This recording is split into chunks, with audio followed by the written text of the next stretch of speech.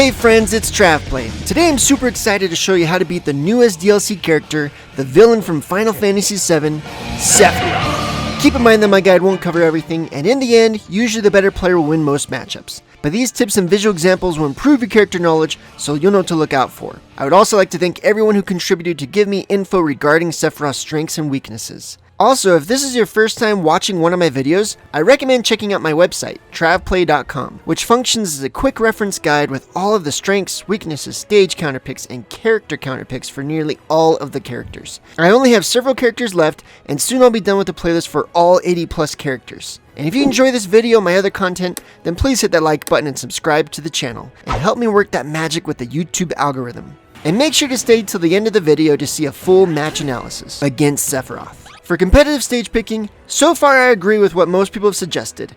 Stay away from platform stages, such as Battlefield. Sephiroth can down air through the platforms, and his up tilt can reach through the top platform. That gives him a big advantage. So try to stick with Final Destination, Kalos, or Town and City. And as for counter picks, choose those quick characters who have a great approach, such as Pikachu, Joker, and Greninja. Also, some projectile-based characters can give Sephiroth a hard time to approach. Avoid characters with poor range or a poor approach, such as Mario, Kirby, or King Dedede. When it comes to ranking Sephiroth, he's still pretty new, so no rankings are official yet. I've heard some pros say he's not top tier, but maybe high tier. Let me know in the comments below how you would rank Sephiroth. And now, to help it consistently beat Sephiroth, I'll show you moves to respect and weaknesses to exploit. Let's get right into it.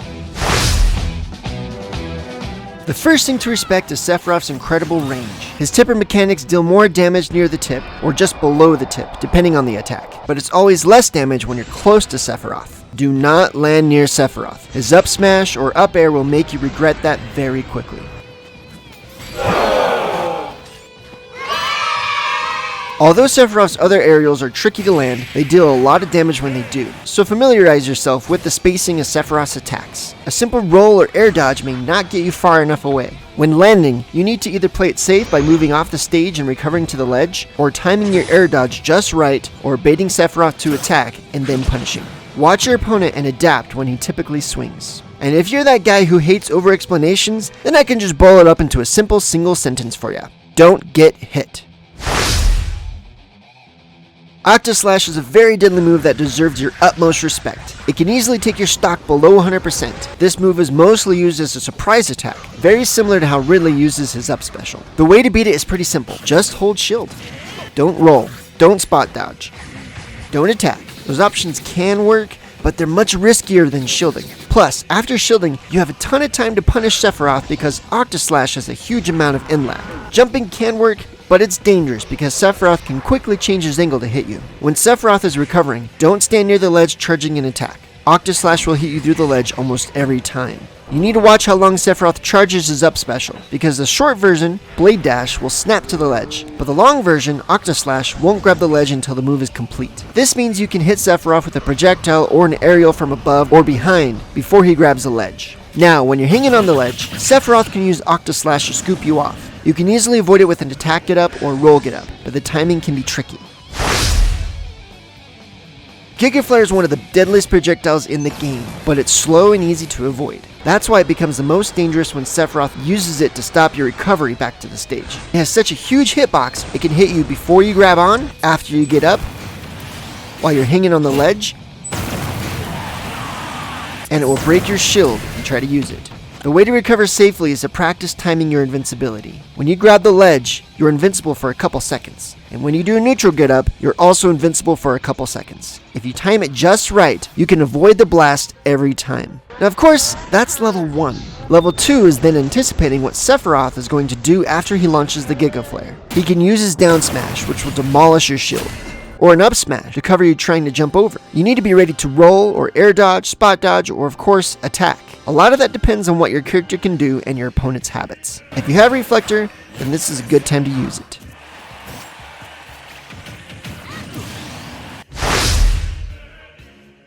Shadow Flare is a nasty projectile that makes these shadow balls surround you for about 6 seconds. Remember that, about 6 seconds. Too many people start to freak out the moment it happens, and they try to run away and shield immediately. That won't work against a good Sephiroth, because he can grab you or down smash you and break your shield, and you definitely don't want to shield break against Sephiroth. he can kill you at 0%.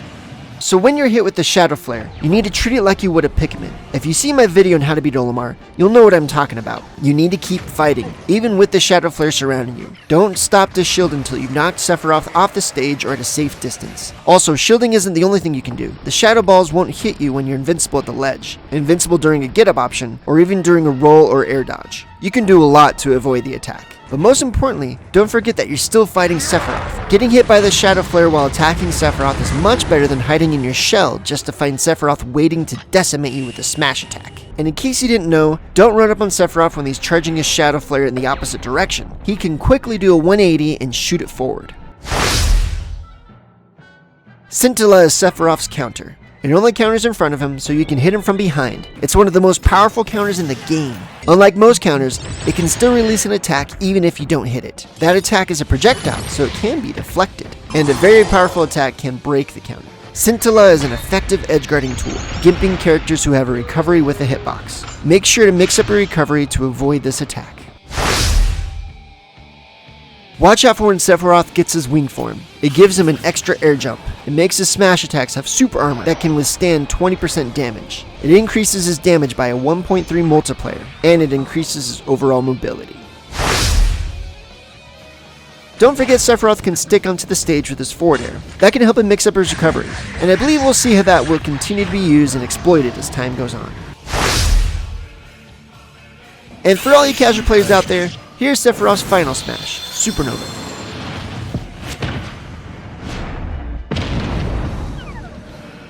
The initial attack is a large slash in front of Sephiroth, so basically, do what you've been working to avoid the whole fight already. After the attack, if you're not dead, then you'll get one of the following status effects. Good luck surviving that. Now on to Sephiroth's weaknesses to exploit. First is his poor endurance. He is the 7th lightest character, tied with Kirby, Pikachu, Olimar, and Mewtwo. And he's tall, so he's easy to combo. So combo often and hit him hard.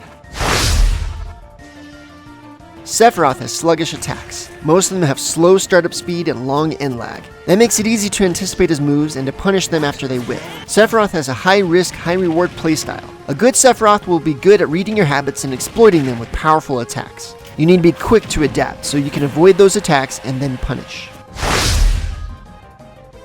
Sephiroth struggles with close combat. Not only does his sword have a sour spot when it hits up close, but he doesn't have many other quick moves to get his opponents off him. His Nair is probably his best option to fight up close, and it's a good one. But if that's all Sephiroth can use to fight up close, then you can anticipate it and adapt.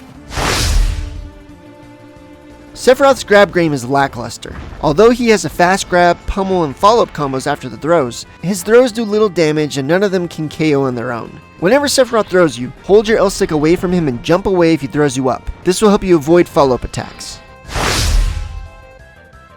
Reflectors can make the game a challenge for Sephiroth. His Shadow Flare and Giga Flare hurt him a lot when reflected. So if you got a reflector, then get ready to use it. And one more little weakness is Sephiroth's up tilt. Yes, it's powerful and its reach up to the top platform is amazing, but it has such a small hitbox, it ends up being rarely useful. Sephiroth struggles to KO. That's hard to imagine with such a hard-hitting, long-ranged character. But when you're over 100%, most of his grab combos don't work, and his throws don't kill. And the rest of his attacks require precise aim or a hard read. So if you're quick and slippery, you can easily outlast Sephiroth. And with these tips in mind, let's analyze this match I had against Sephiroth. I know it's hard for Sephiroth to get through projectiles, so I start off by camping him out. Right here I make an important note. After I used my down throw, first thing he did was jump away. That's a habit I instantly pick up on in this match, and you'll see how I exploit it. Wow, it's already time to test my theory. If he's gonna jump, I'm gonna be there. Booyah! And now I can see that his down air is gonna miss. I'm gonna make the most of this by doing a reverse side special with my boomerang, so I get close to him, which can lead into more combos like so. Oh, that bomb barely missed.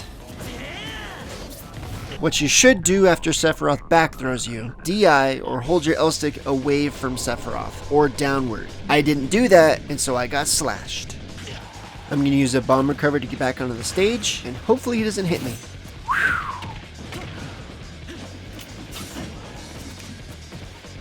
Will my boomerang stop the Octaslash?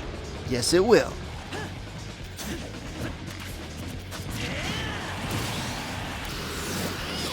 This is where Link has a huge advantage over Sephiroth. Link has a fantastic out of shield option that kills, while Sephiroth is not nearly as good at close combat. So this is a good chance to exploit that weakness.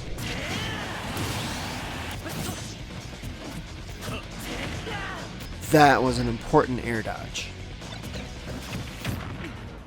I see Sephiroth kneeling there at the stage, wanting to edgeguard me. I anticipate he'll use his counter to stop my recovery, so I try to angle my recovery to go around him. I thought maybe a down air would beat his Octaslash. I was wrong.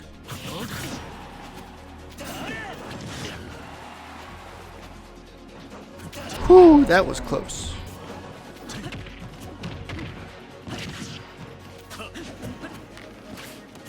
I use my reverse side B to bait him into thinking I'm going to drop in with my Nair, and that gives me a chance to go in hard. Now what did I say earlier was the best option against Octaslash? Ah, that's right, shield.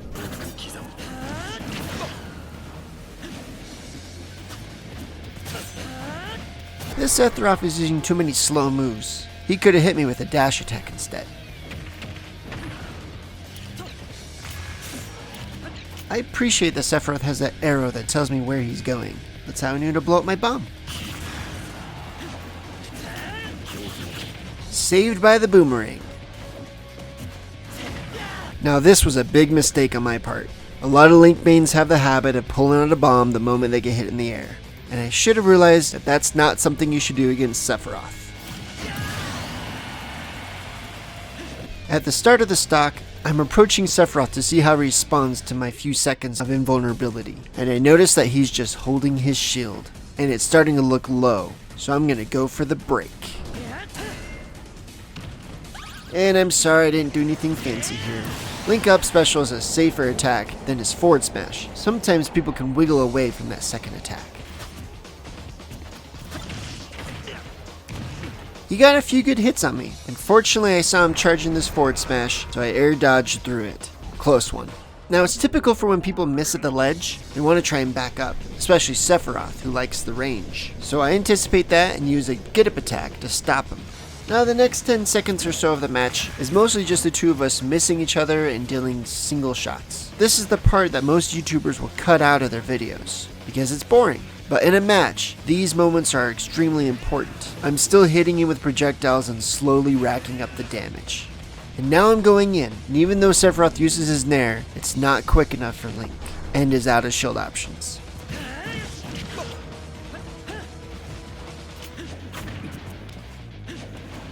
I'm punishing his Nair over and over.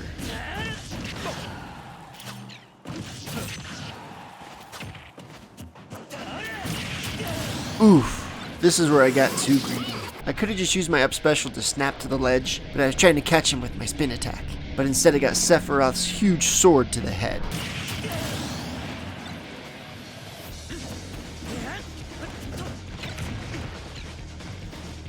And remember how I mentioned that I noticed that this Sephiroth has a habit of jumping over my follow-up attacks? Right here I'm going to make a hard read and make him pay for it.